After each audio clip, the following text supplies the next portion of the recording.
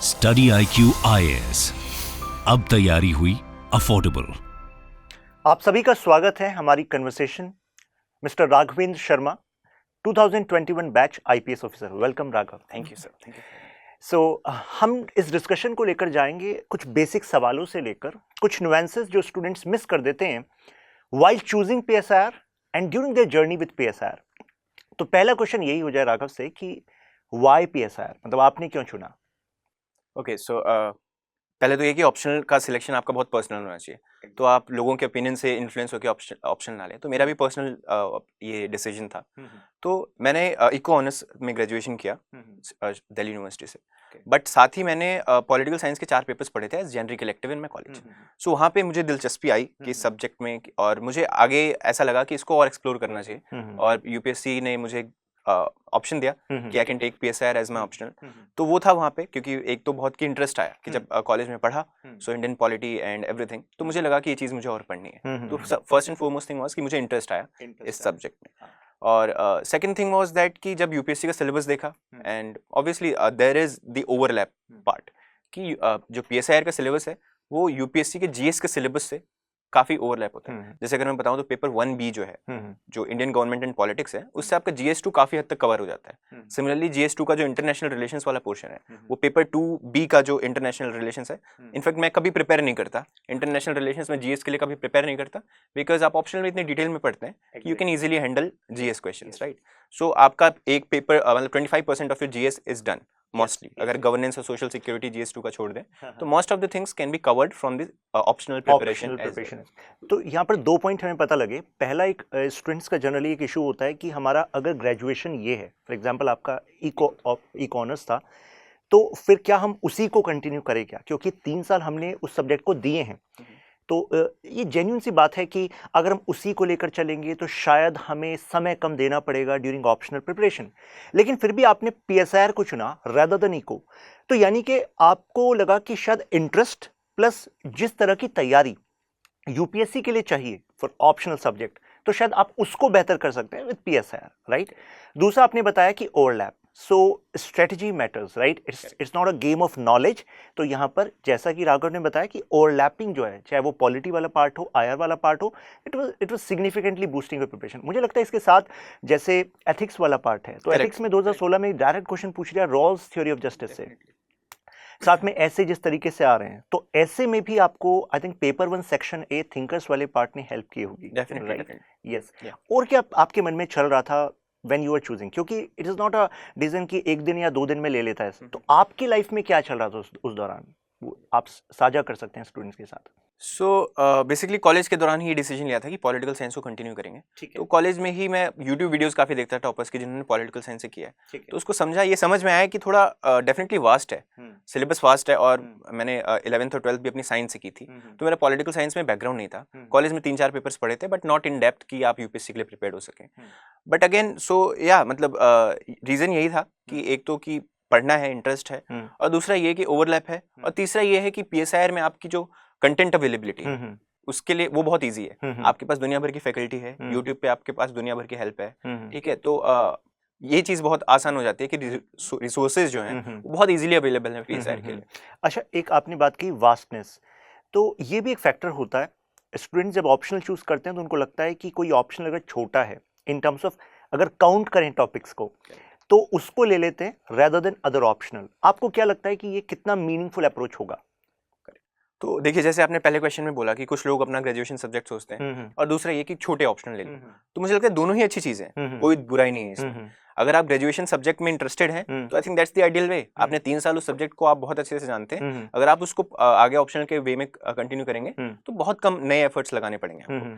दूसरी बात कि छोटे ऑप्शन ले लें क्या, again if you are interested, और if you are a person जिसको ये पता है कि मैं कुछ भी पढ़ लूंगा, ठीक है, मुझे नंबर लाने हैं, मैं इतना मोटिवेटेड, मैं इतना डेडिकेटेड इंसान हूं कि आप मुझे कुछ भी दे दो, मैं पढ़ लूंगा, आसान होना चाहिए, तो आप वो करिए। But the thing is, optional एक ऐसा सब्जेक्ट है, एक तो 500 मार्क्स, तो 1750 मार्क्स का जो मेंस होता है, उसमें 500 मार्क्स आपके ऑप्शनल ही हैं, ठीक है। और ऑप्शनल आपको बहुत डेप्थ में इन डेप्थ जाना पड़ता है, so you have to do basically masters in that subject. आप ऑप्शनल जब PSR के लिए यूपीएससी के लिए प्रिपेयर कर रहे हैं। तो ऐसे में ये बहुत जरूरी है कि आप इंटरेस्टेड हो। आप छोटा ऑप्शनल देख करके ले लें तो आपको वो छोटा भी बहुत बड़ा लगेगा अगर आप इंटरेस्टेड नहीं है, बिकॉज ऑप्शनल के साथ आपको सालों गुजारने हैं, राइट। आपको रोज ऑलमोस्ट, जब आप प्रीलिम्स की स्पेसिफिक प्रिपरेशन करते हैं 2-3 महीने, उसको छोड़ करके आप ऑलमोस्ट रोज 2-3-4 घंटे पढ़ते हैं ऑप्शन, राइट। जीएस में आपके पास बहुत ऑप्शन होता है, सोसाइटी कर रहे हैं, मन नहीं लग रहा है, ज्योग्राफी करने लग गए, पॉलिटी करने लग गए, ऑप्शनल में आपके पास ऑप्शन नहीं है, वो आपके गले पड़ जाएगा। तो छोटा ऑप्शनल देख करके नहीं लेना चाहिए। मुझे लगता है अगर आपका इंटरेस्ट है तो बड़ा ऑप्शन भी छोटा लगेगा, क्योंकि आपको मजा आ रहा है पढ़ने में। मुझे मजा आता था, इंटरनेशनल रिलेशंस पढ़ने में मजा आता था। Great. So interest is a factor, and when Raghav said कि सालों उसके साथ रहना है, तो इसका मतलब ये नहीं कि कई साल आप यूपीएससी प्रिपरेशन में दें, ठीक है। The thing is, कि उसका मल्टीपल आपको रिवीजन करना है, राइट। Point is that. अच्छा, आप एक और चीज है कि जैसे कई ऑप्शनल जो होते हैं उसमें हम जब काउंट करते हैं यूनिट्स को, so rather than counting we should also understand the nature of that optional, right. सो पीएसआर का नेचर अलग है, जियो का अलग है, सोशियो हिस्ट्री सबका अलग अलग है। तो कुछ ऑप्शनल्स में जो टॉपिक्स होते हैं वो भी आपस में भी ओवरलैप करते हैं। सो क्या आपको नहीं लगता कि this is also a factor? तो पीएसआर में आप इसको कैसे देखते हैं? हाँ, मतलब ये काफी वैलिड पॉइंट बोला आपने कि इसको एज आइसोलेटेड यूनिट्स नहीं देखना चाहिए। आप जैसे अगर मैं पेपर 1A की बात करता हूँ, तो आप स्टार्ट करेंगे कि पॉलिटिकल थ्योरीज एक है, ठीक है, फिर there is equality, there is justice, there is democracy, सारे अलग टॉपिक्स हैं, फिर वेस्टर्न पॉलिटिकल थॉट है, इंडियन पॉलिटिकल थॉट है। आप इसको शायद कोई पहली बार सिलेबस देख रहा है तो उसको लगेगा यार एक पेपर में 10 टॉपिक्स हैं, एग्जैक्टली, राइट। लेकिन द थिंग इज सब इंटरकनेक्टेड है। आप प्लेटो पढ़ते हैं तो प्लेटो के साथ साथ एरिस्टोटल का रिलेशन है, राइट। एरिस्टोटल पढ़ेंगे, थ्योरी ऑफ जस्टिस में कहीं ना कहीं वो काम आएगा, रॉल्स पढ़ेंगे, वो कहीं ना कहीं काम आएगा। तो पूरा पेपर 1A इंटरकनेक्टेड है काफी हद तक, राइट। तो ये एकदम इंडिपेंडेंट और आर्बिट्ररी यूनिट्स नहीं है। आप यूनिट्स को मत काउंट कीजिए। एक बार आप जब एक समझेंगे तो web of information, web of knowledge जब आपकी बनेगी तो you will very easily be able to cover all these things. तो वास्ट तो है, I will not deny that, but the thing is things are interconnected.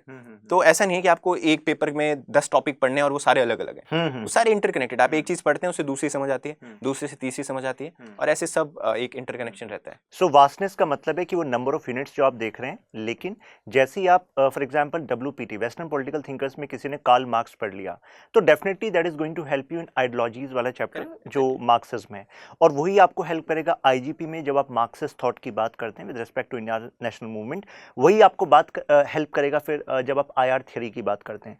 तो कहने का मतलब है कि ये नेचर ऐसा इस सब्जेक्ट का कि वो एक जगह जो आप पढ़ रहे हैं वो डेफिनेटली आपको दूसरी जगह हेल्प कर रहा है। तो आइसोलेटेड एफर्ट्स नहीं है, दिस आर इंटरलिंक, जैसे कि राघव ने कहा वेब बेस्ड लिंकेज होनी चाहिए, बिल्कुल सही बात, ठीक है। तो अब जब आपने पीएसआर की जर्नी स्टार्ट की तो एक डिलेमा आता है कि क्या हम पहले पूरा कोर्स कंप्लीट कर लें उसके बाद आंसर राइटिंग स्टार्ट करें, या फिर during the course journey we should start answer writing? आपका क्या पॉइंट ऑफ व्यू है? सो अगेन मुझे लगता है देखिए PSIR है किसी भी ऑप्शनल के लिए आंसर राइटिंग काफी स्पेशलाइज्ड वे में होती है। GS के लिए तो ठीक है, आपके पास थोड़ी सी नॉलेज है, इन्फॉर्मेशन है, तो आप एक आंसर बना सकते हैं, पर ऑप्शनल का आंसर लिखना थोड़ा नुआंस्ड काम होता है। तो आप ऐसा नहीं है कि आपने आज प्लेटो पढ़ा और आप प्लेटो पे आंसर लिख देंगे, क्योंकि ट्रस्ट में आप प्लेटो पढ़ेंगे तो आपको लगेगा ये चल क्या रहा है। If you do not have a background of political philosophy, political theory, तो आपको लगेगा ये थियरी ऑफ फॉर्म्स क्या बात कर रहे हैं, किसी और दुनिया की बातें हो रही है, तो आप कैसे आंसर लिखेंगे? The thing is you have to understand, और उसमें मुझे लगता है एक रीडिंग करनी है। तो आप पहले दिन ना लिखें आंसर, बट अगेन जल्दी स्टार्ट करें। डोंट वेट कि प्रीलिम्स हो जाए उसके बाद हम आंसर्स लिखना स्टार्ट करेंगे। एक रीडिंग दीजिए, चीजें समझिए, प्रीवियस ईयर क्वेश्चंस का एनालिसिस कीजिए, टॉपर्स की कॉपीज देखिए। सो इन चीजों से आपको समझ आएगा ओके डिमांड ये है, टॉपर्स इसको कैसे एड्रेस करते हैं। खूब सारी टॉपर्स आंसर कॉपी देखनी है आपको, और फिर उनसे आप सीखेंगे, आप लिखेंगे। इन सब के बाद भी आपका पहला आंसर बहुत बेकार होने वाला है। ट्रस्ट में, अगर मैं अपना पहला आंसर लिखूं तो शायद मैं हंसूंगा कि क्या लिखा है, but the thing is that's how you learn. Yes, and PSIR या किसी भी ऑप्शनल में दिस इज वेरी इंपॉर्टेंट कि आप जब स्टार्ट करेंगे तो बेकार होगा, but that is how you learn, right. It's step by step process. ऐसा नहीं होता है कि आपने 4 बार पढ़ लिया तो आप आज लिखेंगे तो आप परफेक्ट आंसर लिख देंगे, आप तब भी उतना ही खराब आंसर लिखेंगे। आपने एक अभी बहुत अच्छी बात कही कि GS का आंसर और जो ऑप्शनल का आंसर होता है उसमें, ऑप्शनल के आंसर में the approach is more nuanced, कुछ बारीकियों पर आपको ध्यान देना होता है। अगर एक ही क्वेश्चन है वो IGP में पूछा जाए और उसी क्वेश्चन थीम को वैसा ही क्वेश्चन स्टेटमेंट है and that is asked in GS paper 2, तो आपको क्या लगता है कि approach to that question how it is going to differ? तो कुछ पॉइंट्स बताएंगे स्टूडेंट्स को। ओके, सो एग्जांपल लेते हैं हम डेमोक्रेसी का, ठीक है। Democracy is a topic in PSR paper 1A and 1B में डेमोक्रेसी, इंडियन डेमोक्रेसी की बात होती है, और डेमोक्रेसी इज ऑल्सो जिसमें GS2 में क्वेश्चन आता है। जब GS2 में क्वेश्चन आता है तो आप डेमोक्रेसी आप या तो डेफिनेशन से स्टार्ट कर देंगे, ठीक है, या आप उस पर बात करेंगे, ठीक है, डेमोक्रेसी में क्या क्या प्रॉब्लम्स हैं, these are the issues, 5 points issue के लिख दिए, ठीक है, these are the solutions, 5 points को लिख दिए, ठीक है, या कॉजेज लिख दिए, और फिर वे फॉरवर्ड 5 पॉइंट लिख दिए, your GS answer is done. But that is not how you right a optional answer. आपकी डेमोक्रेसी पे बात हो रही है तो आप फिर डेमोक्रेसी में प्लेटो तक जाएंगे, राइट, डेमोक्रेसी की थ्योरीज पे बात करेंगे, आप रूसो की बात करेंगे, राइट, फिर इंडियन डेमोक्रेसी पे अगर बात हो रही है तो इंडियन के जो फाउंडर्स हैं of Indian democracy, like you know basically the freedom struggles या कॉन्स्टिट्यूशन राइटर्स, आप उनका बात करेंगे, आप उनकी बात करेंगे, राइट, आप कॉन्स्टिट्यूशन असेंबली की बात करेंगे। ये सारी चीजें आप GS में नहीं करेंगे बट ऑप्शनल में करेंगे।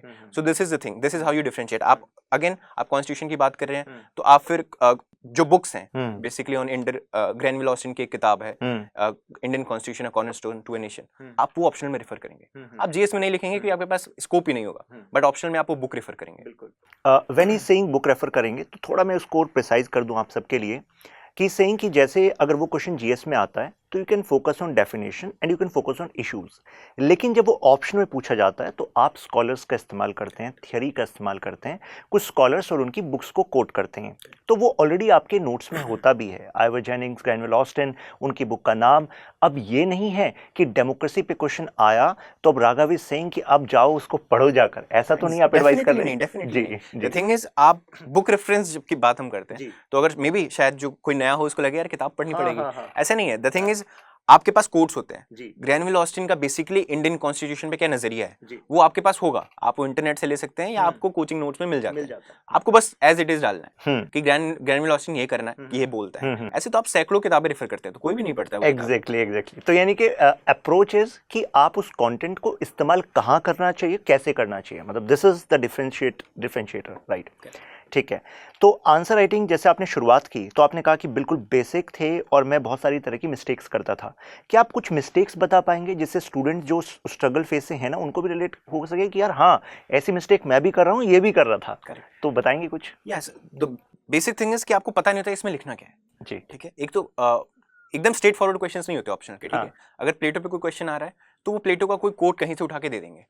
अब आपने प्लेटो पढ़ा है, प्लेटो की थ्योरी ऑफ फॉर्म्स पढ़ा है, ठीक है, his theory of philosopher king पढ़ा है, थ्योरी ऑफ जस्टिस पढ़ी है, आपने बहुत सारी चीजें प्लेटो पे पढ़ी हैं। क्वेश्चन एक कोई कोट है, अब पहले जब आप शुरू करते हैं आपने 1-2 बार पढ़ा है तो आपको समझ नहीं आता ये कौन सी थ्योरी पे बात कर रहा है, तो आप क्या करते हैं, आप सब कुछ लिखते हैं। आप प्लेटो के फिलोसोफर किंग से लेकर के उसके थ्योरी ऑफ जस्टिस से लेकर के उसकी थ्योरी ऑफ फॉर्म्स लेकर के आप सब लिखने लगते हैं। This is the mistake you make. आपको कंटेंट नहीं पता, आपको पता सब कुछ है बट आपको ये नहीं पता इसमें इसकी डिमांड क्या है और इस कंटेंट को अरेंज कैसे करना है, right? Even if you know कि ठीक है थ्योरी ऑफ फॉर्म्स पे क्वेश्चन है but how to arrange that content कि ठीक है there is an introduction, there is the body where you address the demand, you compare with it, you criticise it, you conclude it. So this you have to learn. ऐसा नहीं है कि आपको पहले दिन आ जाएगा। एग्जैक्टली। तो ही सेइंग कि कई बार ऐसा होता है जनरल अप्रोच कि क्वेश्चन आता है तो क्वेश्चन में स्टूडेंट कीवर्ड देखता है, कीवर्ड अच्छा थ्योरी ऑफ फॉर्म है और वो उसके बारे में जो भी उसके नोट्स में लिखा है वो उसको एक्सप्रेस करने लगता है विदाउट अंडरस्टैंडिंग द डिमांड। कई बार डिमांड कैसे पता लगती है, जब उस कीवर्ड को दूसरे कीवर्ड से आप कनेक्ट करते हैं, साथ में क्वेश्चन डायरेक्टिव देखते हैं, जैसे क्रिटिकली एनालाइज है तो जाहिर सी बात है स्टेटमेंट वही है लेकिन क्वेश्चन की डिमांड ही चेंज हो जाएगी। अगर एक्सप्लेन होता तो थ्योरी ऑफ फॉर्म में एक्सप्लेन है तो डिमांड चेंज हो जाएगी। तो ही सेइंग कि स्टार्टिंग में आप डिमांड नहीं पकड़ते और that is perfectly normal. At least आपने रीड किया, आप रिलेट कर पा रहे हो तो धीरे धीरे आप उन गलतियों को सीखते हो।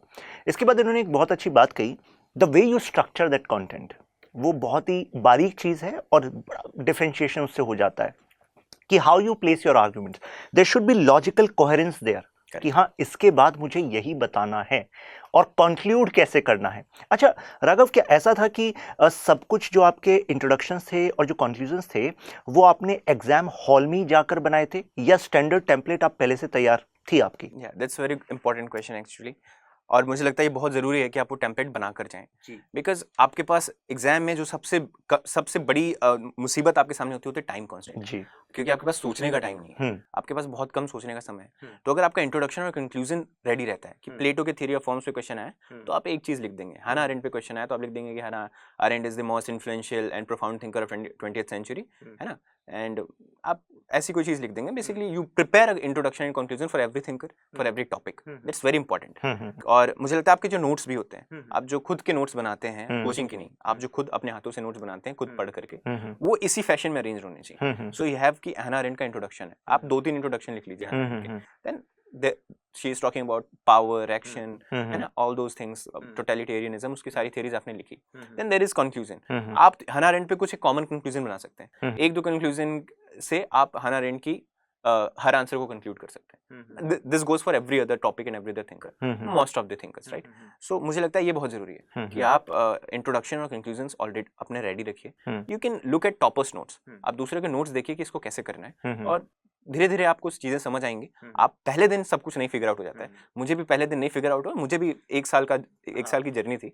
तो आप पहले मत सेट कीजिए कि अरे यार पढ़ रहे हैं समझ नहीं आ रहा है, इंट्रोडक्शन में क्या लिखें, ये सब धीरे धीरे आ जाएगा. ठीक है. अच्छा, इस पर क्या इंट्रोडक्शन और कंक्लूजन स्टैंडर्ड तैयार करना पूरे सिलेबस में हर एक टॉपिक के लिए इट वर्क्स, या आपको लगता है कि ये स्टैटिक पार्ट के लिए वर्क करता है लेकिन डायनेमिक क्वेश्चंस के लिए वर्क नहीं करता? स्टैटिक पार्ट के लिए तो डेफिनेटली करता है. ठीक है, आप हर एक स्टैटिक पोर्शन के तो तैयार रहना ही चाहिए. बिल्कुल तैयार रहना चाहिए. डायनेमिक में भी आप कई बार कर सकते हैं. ठीक है, अब for example Indian freedom struggle, now इस पे बहुत सारे व्यूज हैं, तो आप इसको कह सकते हैं डायनेमिक है. ठीक है, डायनेमिक पोर्शन है. इंडियन फ्रीडम स्ट्रगल में बहुत सारे व्यूज हैं. There is Marxist, there is this and all those, है ना, 5-6 देयर आर व्यूज. तो अब आप 5-6 अगर बना के जाएंगे तो शायद वो मुश्किल होगी. ठीक है, और बनाने दिक्कत होगी. Okay, when I am saying dynamic I am talking about कि जो करंट वाले पार्ट होते हैं, कई थीम्स ऐसी जिसमें करंट से ही आएगा.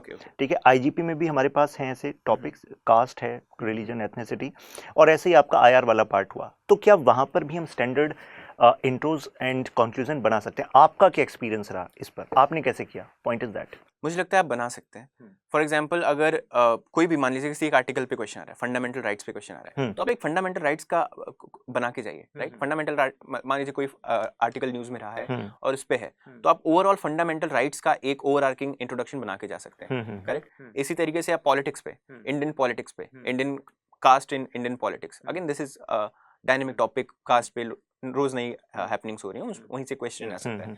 बट यू कैन कि भाई Christophe Jaffrelot says that it's the mosaic of Indian politics, this is a good introduction. तो आप इसको कास्ट पे कोई भी क्वेश्चन है, you can use it. Right, so this is how. So we can say that कि पूरे PSR optional में सभी टॉपिक्स पे आपके कुछ स्टैंडर्ड स्टेटमेंट होते हैं, स्कॉलर्स होते हैं. सो एटलीस्ट उनको ध्यान में रखिए, तो they can be used in introduction. Right. अच्छा, कंक्लूजन पर आपका क्या कहना है? मतलब इंट्रोडक्शन की टेक्निक बताई जा सकती है कि इंट्रोडक्शन का मतलब ये होता है कि इवैल्यूएटर को क्लियर हो जाए कि you have understood the demand of the question. Right, उस हिसाब से हम इंट्रोडक्शन बना सकते हैं. What are the techniques for conclusion? आपने क्या यूज किया? See, the thing is, conclusion should be based on the tone of the question, right? हन्ना अरेंड पे भी क्वेश्चन आएगा, मे बी उनकी थियरी ऑफ टोटलिटेरियनिज्म पे आएगा, but tone of the question can be different. Sometime it can be critical, है ना, sometime it can be appreciative. So आपको वो टोन समझनी है कि ये क्वेश्चन इस टोन में जा रहा है, and conclusion should be based on that.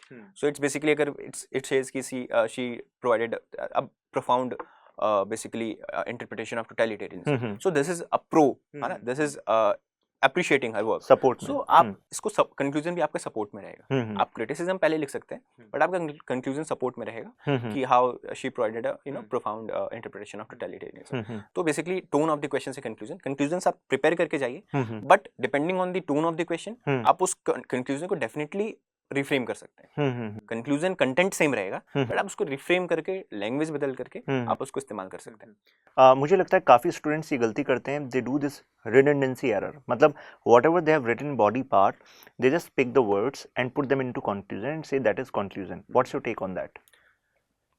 Okay, so the thing is कि कंक्लूजन का जो मतलब होता है बेसिक सेंस में, दैट इज करेक्ट. कंक्लूजन का मतलब होता है you conclude whatever you have said. But the thing is यहाँ पे आपको नंबर लेने हैं, है ना. आपके पास बॉडी में जितना स्कोप था आपने कर दिया, आपने बॉडी में जितनी चीजें लिखनी थी लिख दी. अब आप उसको ही क्यों समराइज करेंगे? सही बात. आप क्यों ना एक पॉइंट ऐसे डाल दें which is not new, right, but it is analysing overall उनकी जो बात है. आप उसको कुछ डाल करके 1 मार्क्स एक्स्ट्रा, आधा मार्क्स एक्स्ट्रा ले सकते हैं. अगर आप कंक्लूड करते हैं, ठीक है, एग्जामिनर को पता लग गया आपने क्या लिखा था, आपने उसको कंक्लूड कर दिया, बट वो उसके मार्क्स, कंक्लूजन के फिर मार्क्स नहीं मिलेंगे.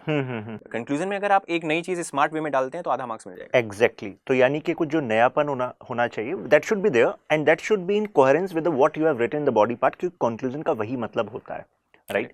अच्छा, नोट मेकिंग पर आपका क्या कहना है? मतलब आपने डिटेल नोट्स बनाए, फुटनोट्स बनाए, लास्ट मोमेंट पर आपको कौन से नोट्स ने हेल्प किया, कैसे आपने स्ट्रेटजाइज किया?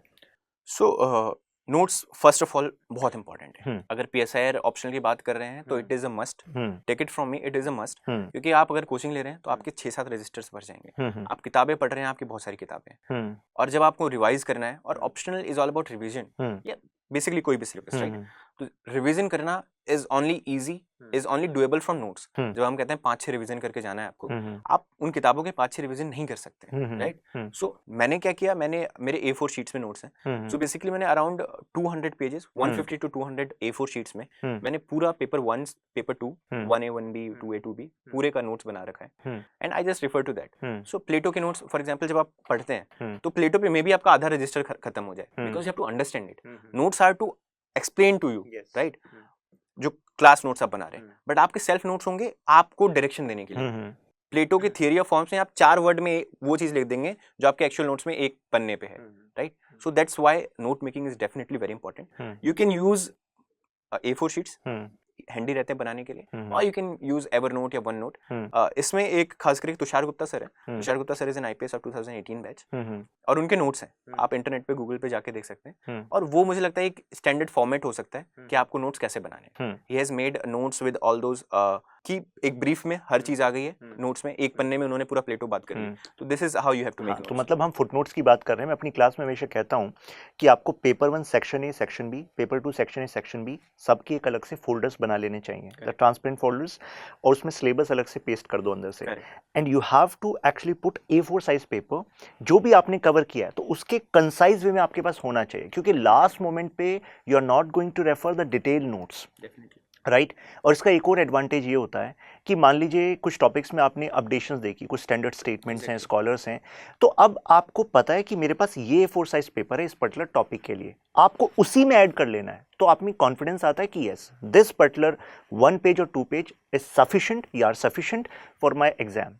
तो मतलब नोट्स में आपको फुटनोट्स पे बार बार स्ट्रेस कराया जाता है, क्लास में सिखाया जाता है किस तरीके से करना है, वो आपको करना ही होगा, क्योंकि the moment student actually get dependent कि भाई जो मुझे मिल गया नोट्स, डिटेल नोट्स मिल गया, मैं उसी से कर लूंगा, तो ऐसा नहीं है। There is a difference between knowing and getting prepared for the exam, और उसके बीच का जो ब्रिज है वो आपका ये फुटनोट मेकिंग, जिसको राघव कह रहे हैं नोट, राइट, उससे ही होगा, राइट जी। तो लास्ट मोमेंट पे आपने जो फुटनोट्स थे उसी को आपने रेफर किया था, ठीक है। सो आफ्टर एक और इशू होता है स्टूडेंट्स का कि जो रेफरेंस बुक्स हैं, तो स्टैंडर्ड बुक्स हैं, तो उसको हमें कैसे यूज़ करना चाहिए? इज इट रिक्वायर्ड कि मैंडेटरी है कि हमें एंड्रयू हेवुड, बेलीज एटसेट्रा वो हमें डिटेल वे में करनी है? क्या आपका इस पे टेक है? डिटेल्ड वे में तो सर्टेनली नहीं करनी है। और देखिए जो रेफरेंस बुक्स हैं उनको रेफरेंस बुक्स नाम ही एक रीजन से कहते हैं, right? You have to refer them when needed, yes, right? So आपको आप नोट्स पढ़ते हैं, ठीक है, आप उनको 2-3 बार अपने नोट्स पढ़ते हैं, आप प्रीवियस ईयर क्वेश्चंस देखते हैं, आपको आइडेंटिफाई करना है कि ये क्वेश्चन मेरा सॉल्व हो रहा है नहीं, राइट? सो फॉर एग्जांपल प्लेटो, आप प्लेटो को पढ़ रहे हैं, आप प्लेटो के प्रीवियस क्वेश्चंस देखते हैं, और आपको लगता है मेरे पास जो नोट्स हैं मैं सेटिस्फैक्टरीली इन नोट्स से इन क्वेश्चंस को आंसर कर पा रहा हूँ। You don't have to refer any book for Plato now, right? But again maybe आपको लगे एरिस्टोटल में थोड़ी सी कमी है ना, एरिस्टोटल के थ्योरी ऑफ कॉन्स्टिट्यूशन मुझे नहीं समझ आ रहा है, इन नोट्स से नहीं समझ आ रहा है, तो you go and refer the book, है ना, वेस्टर्न पॉलिटिकल थॉट पे जो भी किताब है आप उसको पढ़ सकते हैं, right? So it has to be tactical, right? It has to be economical. आपको अब रेफरेंस बुक आपने सुन लिया तो आप किताब उठा के कवर टू कवर पढ़ने लगे, ये नहीं करना है आपको। आपका प्राइमरी सोर्स आपके नोट्स होंगे जो मोस्ट प्रोबेबली आपने मार्केट से खरीदे हैं या आपने क्लास में बनाए हैं, वो होंगे, उनको पढ़ना है। जहाँ पे गैप्स लगे उनको आप रेफरेंस बुक से फिल कर लीजिए, दैट्स इट। रेफरेंस बुक्स को 1-2 बार पढ़िए, उनके नोट्स अपने नोट्स में ऐड कर लीजिए, रेफरेंस बुक को रख दीजिए, दैट्स हाउ मच आपको रेफरेंस बुक को यूज करना है। I think it is clear to you now कि रेफरेंस बुक को केवल रेफर करना होता है व्हेनेवर यू सी कि हाँ मैंने ये पढ़ लिया, या तो मुझे उसमें इशू आ रहा है या फिर मैंने अभी आंसर लिख लिया, अब मुझे कुछ स्टैंडर्डाइजेशन लाना है अपनी लैंग्वेज में, सो for that you can refer those 2-3 pages. I think this should be the way, great.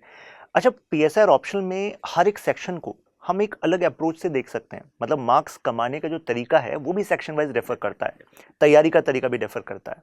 Generally students अपना ज़्यादातर समय पेपर 1 सेक्शन A पर देते हैं, राइट? और हम ये कहेंगे कि वो बह जाते हैं क्योंकि थिंकर्स में मज़ा इतना आने लगता है, राइट? लेकिन इसकी वजह से जो टाइम और जो मतलब उनकी कैपेबिलिटीज़ डेवलप होनी चाहिए थी फॉर द सेक्शंस, वो कहीं ना कहीं बैकफुट पे आ जाती हैं। तो ये तो होता है। अब हम चलिए बात करते हैं कि सेक्शन वाइज अप्रोच क्या होनी चाहिए, और क्या आपका क्या पर्सनल एक्सपीरियंस रहा, अगर आपके कुछ स्ट्रगल्स रहे और उसको आपने ओवरकम किया तो वो भी आप प्लीज शेयर कीजिएगा। देखिए स्ट्रगल तो डेफिनेटली रहता है, एज आई सेड अर्लियर कि मैं न्यू था, सो पॉलिटिकल साइंस में थोड़ा बहुत पढ़ा था कॉलेज में, बट मेरा कोई बैकग्राउंड नहीं था, और स्पेशली पॉलिटिकल फिलॉसफी। तो जब पहली बार प्लेटो की क्लास अटेंड की, ठीक है, प्लेटो की थ्योरी ऑफ फॉर्म्स पढ़ रहे हैं, तो सब चीज़ें हवा में चल रही थी कि ये किस दुनिया की बात हो रही है, तो आपको नहीं समझ आता है, बट बी पेशेंट, धीरे धीरे आता है। आपको एक बार में सब चीज़ें नहीं समझ आएंगी, आप एक बार नोट्स पढ़ेंगे, प्रीवियस ईयर क्वेश्चन देखेंगे, टॉपर्स की कॉपी देखेंगे, राइट, इन चीज़ों से आपको थोड़ा समझ आने लगेगा, ठीक है, प्लेटो को कैसे पढ़ना है। और ये बहुत ज़रूरी है कि आपको ये समझना है कि प्लेटो को आपको एग्जाम के लिए पढ़ना है, तो आप हमेशा एक डेडिकेटेड वे में पढ़ेंगे, dedicated to the UPSC exam, ठीक है। अगर अदरवाइज तो प्लेटो में आप लोग पीएचडी करते हैं Plato, right, so there is a need to be economical in your preparation. और फिर उसके बाद आप दुनिया भर की हेल्प ले सकते हैं, जैसे यूट्यूब पे कई सारे चैनल्स हैं, दे प्रोवाइड की 10-12 मिनट में प्लेटो की एक बैकग्राउंड दे दिया, उनकी लाइफ, उनकी फिलॉसफी, उसके बारे में दे दिया, तो एक कॉन्टेक्स्ट समझने में मदद मिलती है कि ठीक है, प्लेटो फ्रॉम एथेंस, एंड एथेंस में ये प्रॉब्लम थी, स्पार्टा से वॉर हुआ था, and so basically what he was thinking when he was writing. तो अब जब आप ये चीजें आपको समझ में आ जाए तो आप प्लेटो को पकड़ लेते हैं, प्लेटो ये कहता है, प्लेटो की ये फिलॉसफी है, अब आपको समझ आ गया, अब आपको क्या चाहिए, अब आपको नोट्स चाहिए, ठीक है, वो कीवर्ड्स चाहिए, वो कोट्स चाहिए जिनको आपको आंसर में लिखना है। अब आपको समझने की दिक्कत नहीं है। मैं जब रिवीजन करता हूँ, राइट, मैं I got selected in my second attempt, so second attempt में I just referred to my notes, you know, foot notes जिसकी बात कर रहे हैं, तो उसमें मैं प्लेटो की थ्योरी ऑफ फॉर्म्स को मैंने एक पैराग्राफ में लिख रखा है, वही मेरे एक्चुअल नोट्स में अराउंड 7-8 पन्नों में होगा, right. I don't have to go back to those 7 to 8 pages because I know what theory of forms is, I just need to revise those keywords, those quotes, exactly what he says, है ना, that's it. So that is how you have to tackle it. Starting में आपको दिक्कत होती है, सबको दिक्कत होती है, मुझे भी दिक्कत हुई, but slowly and take use of internet, take use of YouTube, और इंटरनेट पे भी, गूगल पे भी कई सारे सोर्सेज हैं जिनको आप पढ़ के समझ सकते हैं। इन शॉर्ट हम ये कह सकते हैं कि आपकी जो अप्रोच होनी चाहिए थिंकर्स को पढ़ने की, वो it should not be like कि आपने स्टार्ट कर दिया कि ये थ्योरी क्या है, राइट, केवल क्वेश्चन देखा, चलो ये थ्योरी रट लेते हैं, नहीं, you need to go into the life of that thinker. कि अगर प्लेटो को हम पढ़ रहे हैं तो जैसे हम क्लास डिस्कशन में क्या करते हैं, we go into the life of actually Plato, क्या चल रहा था, सोक्रेटिस की लाइफ में क्या चल रहा था, प्लेटो थिंकर बने ही क्यों, मतलब क्योंकि पहले कहा जाता था कि he was actually planning to get into politics, right, लेकिन वो नहीं गए, फिर उसके बाद वो थिंकर बन गए, मतलब टीचर बन गए। तो कहने का मतलब है उनकी लाइफ में जाना है, बैकग्राउंड को समझना है, फिर उन्होंने क्या क्या वर्क उनकी लाइफ में रहे, मीन्स बुक्स, वो आपको पता होना चाहिए, फिर उसके कुछ कीवर्ड्स यानी कि की स्टेटमेंट्स, क्योंकि अल्टीमेटली आपको मार्क्स जब कमाने हैं तो आपको कीवर्ड्स का इस्तेमाल करना है, स्टेटमेंट्स का इस्तेमाल करना है। साथ में अगर प्लेटो पढ़ रहे हो तो प्लेटो को क्रिटिसाइज किसने किया, अच्छा कार्ल पॉपर ने किया, व्हाट वाज द कंटेक्स्ट। तो इसी तरीके से you can have a wholesome understanding, और आप में कॉन्फिडेंस आएगा कि हाँ अब कोई भी क्वेश्चन आ जाए you will be able to actually perform well, right. ठीक है, अच्छा जैसे ये वाले टॉपिक्स हैं, फॉर एग्जाम्पल डेमोक्रेसी, राइट्स, तो ये कहा जाता है कि इनके आंसर्स में हम थोड़ा और मार्क्स कमा सकते हैं, से 1 and 1.5 मार्क्स, अगर हम इसमें थोड़ा सा डायनेमिज्म ले आए, यानी कि थोड़ा सा करंट कंटेक्स्ट ले आए। लेकिन कई बच्चों को लगता है क्योंकि पेपर 1 सेक्शन इज स्टैटिक, तो इसमें तो अब हम कुछ करंट वाला, कुछ नयापन नहीं डालेंगे अपने आंसर में, तो आपका इस पर क्या कहना है? डेफिनेटली सी, जब हम स्टैटिक कहते हैं तो इसका मतलब कि ये नहीं है कि आपको उसमें डायनेमिज्म नहीं लाना है, आप अपने आंसर्स में डेफिनेटली डायनेमिज्म ला सकते हैं। स्टैटिक का मतलब है कि उसमें कुछ नई हैपनिंग्स नहीं हो रही हैं, बट आप उसको अगर the thing is any answer will be enriched अगर आप उसको कंटेम्प्रेरी हैपनिंग से रिलेट कर सकते हैं। फॉर एग्जांपल हाना अरेंट की आप पढ़ते हैं, ठीक है, बेनालिटी ऑफ इविल पढ़ते हैं, आप उसको प्रेजेंट कॉन्टेक्स्ट से कनेक्ट कर सकते हैं।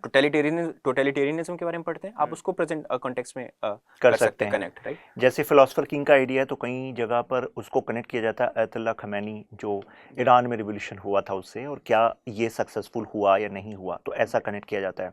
मल्टी कल्चरलिज्म आप कनेक्ट करते हैं तो उससे फिर आप जो साउथ एशियन कॉन्टिनेंट में जो माइनॉरिटी राइट्स का इशू बार बार उठता रहता है, चाहे म्यांमार हो, इंडिया हो, उससे कनेक्ट किया जा सकता है। तो कहने का मतलब ये हुआ कि you have to be ahead, right, it should not be like laid back approach नहीं होना चाहिए कि वो डेफिनेशंस रट ली हमने, थ्योरी रट ली हमने, तो ठीक है अब क्वेश्चन आएगा तो हम कर देंगे। आप तैयारी कर रहे हो केवल करने के लिए थोड़ी ना, you are there to score marks, so for that you need to be connecting things कि अच्छा अभी जो चल रहा है ना उसको मैं टॉपिक से कनेक्ट कर सकता हूँ, राइट। मतलब इससे आपको पढ़ने में भी हेल्प मिलती है, आपको इंटरेस्टिंग लगती है चीजें, इंटरेस्टिंग लगती है, क्योंकि पॉलिटिकल साइंस में जो भी है it's not an esoteric subject कि भाई जैसे थ्योरी ऑफ फॉर्म्स है, तो शुरू में जैसे कोई अगर आ रहा है तो वो ये भी डिपेंड करता है कि आप किस तरीके से पढ़ रहे हैं, पढ़ाया किस तरीके से जा रहा है, इस पर भी डिपेंड करता है। लेकिन अगर रिलेट करके पढ़ाया जाता है कि अल्टीमेटली ये सब चीज़ें हमारे आसपास ही हैं। मतलब अगर Plato was talking about justice, तो that conception of justice has some connection to the present concepts of justice, right? और वो कहाँ कहाँ फेल हो रहा है, तो ultimately you have to connect things, right? That is the smarter way, right? Yes.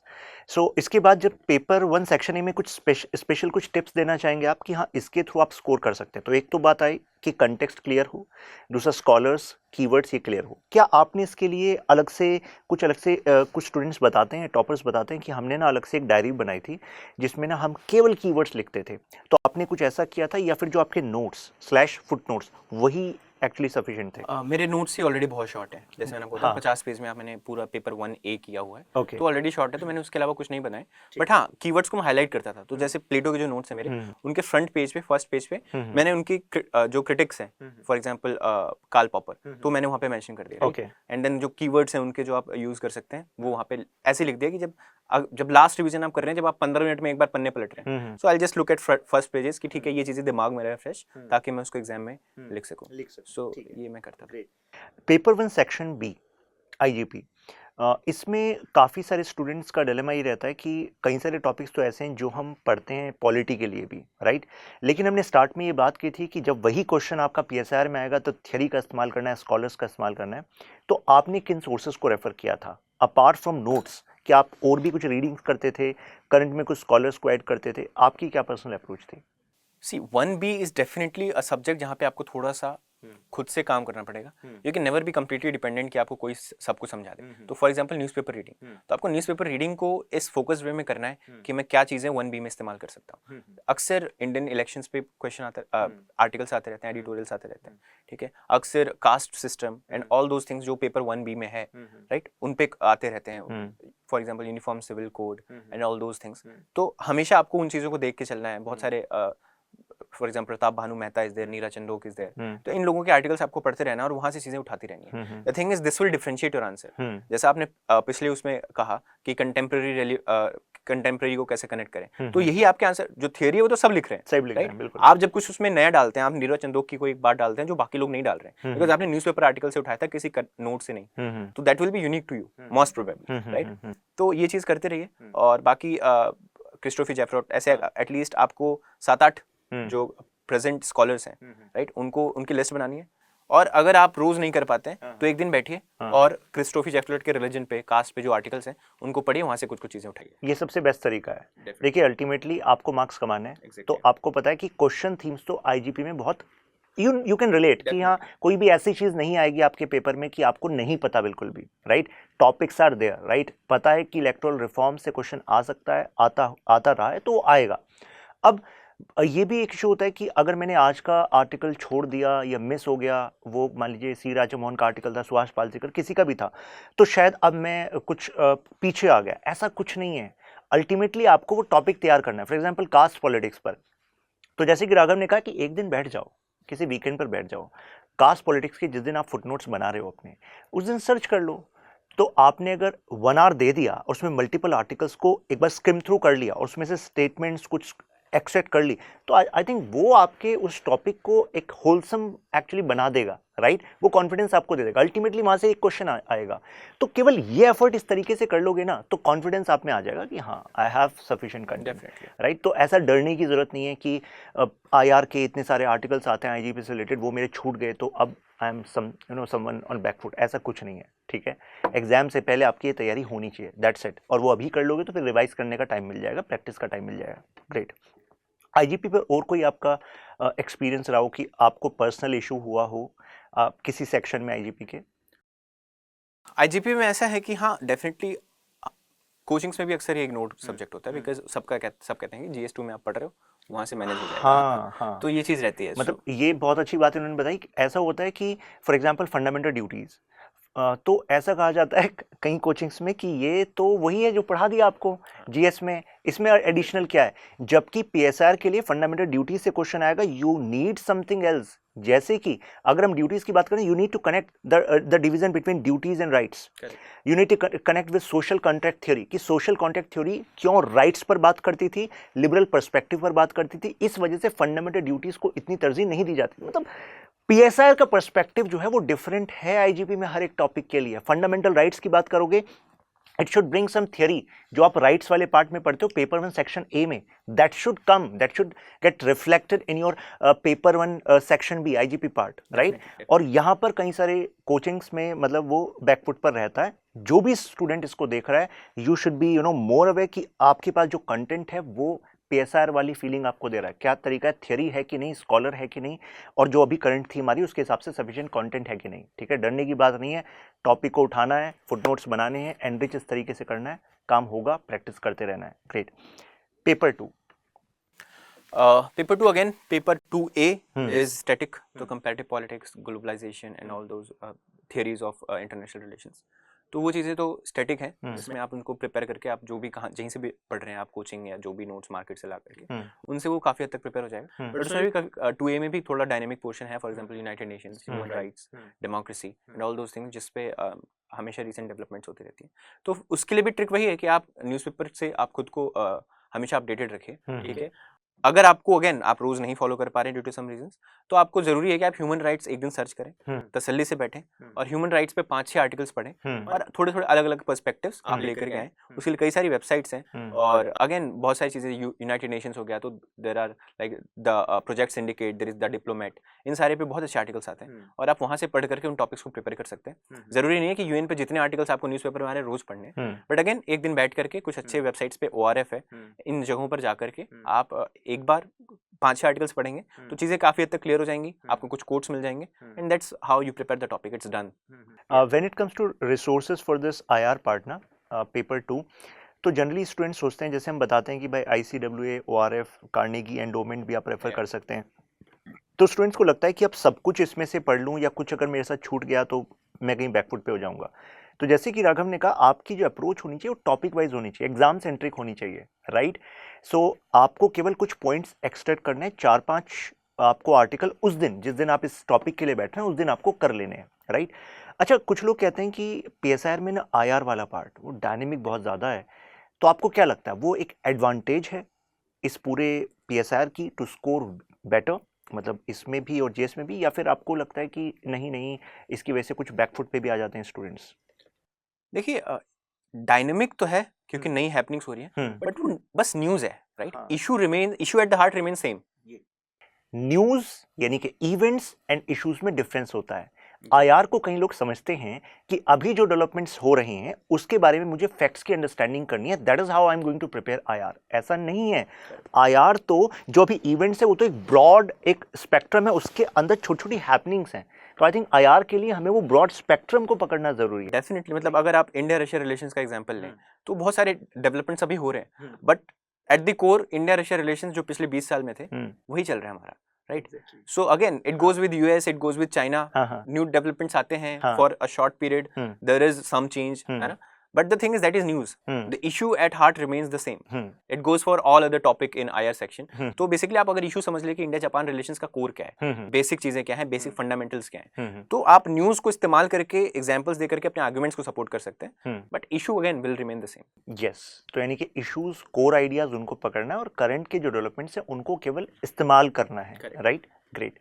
So paper 1 से हमने स्टार्ट किया था, पेपर 2 तक हम आए।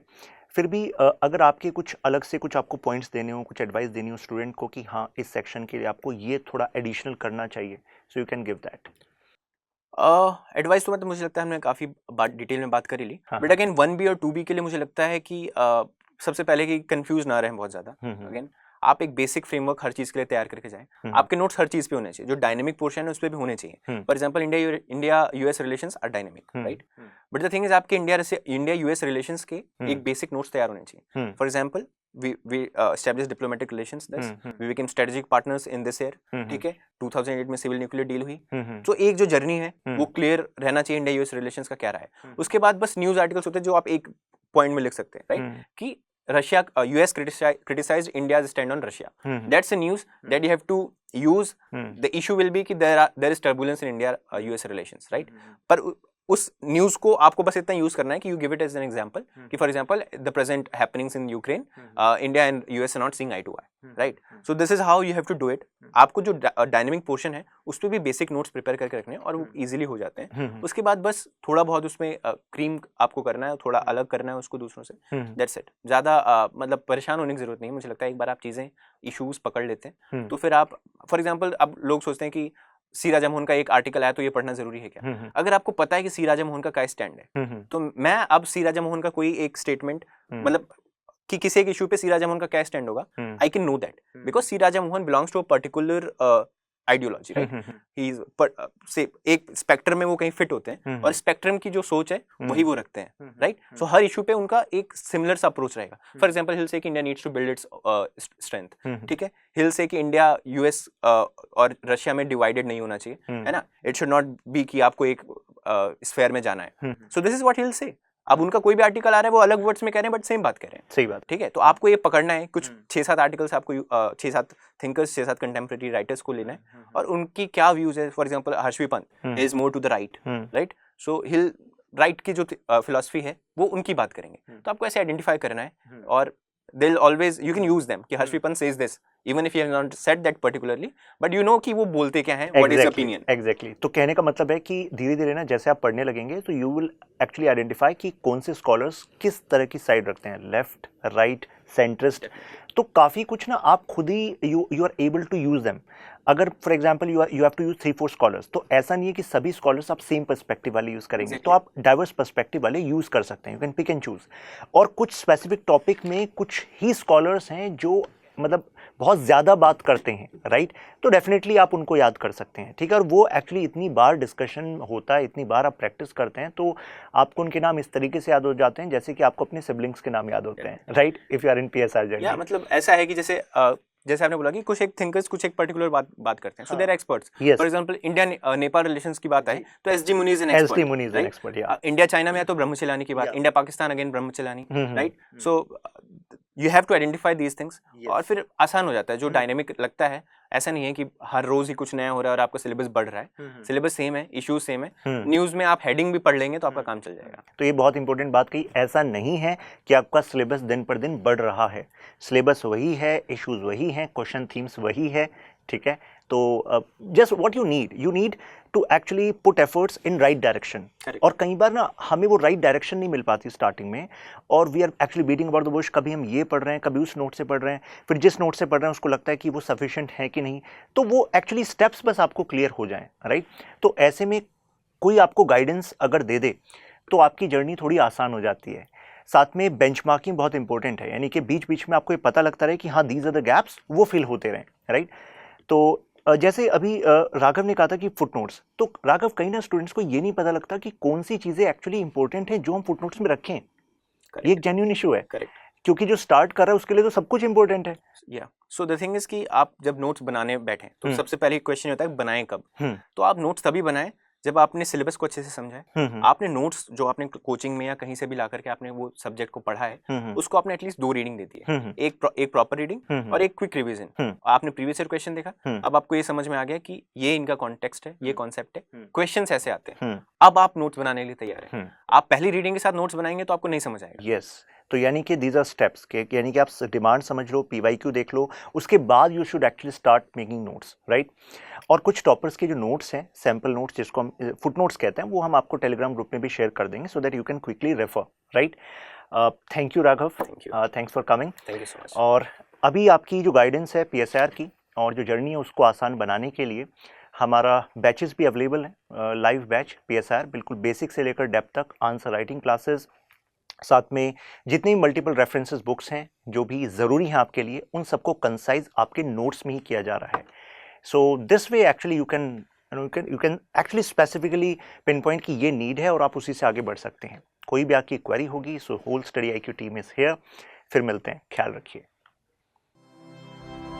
स्टडी IQ IAS, अब तैयारी हुई अफोर्डेबल।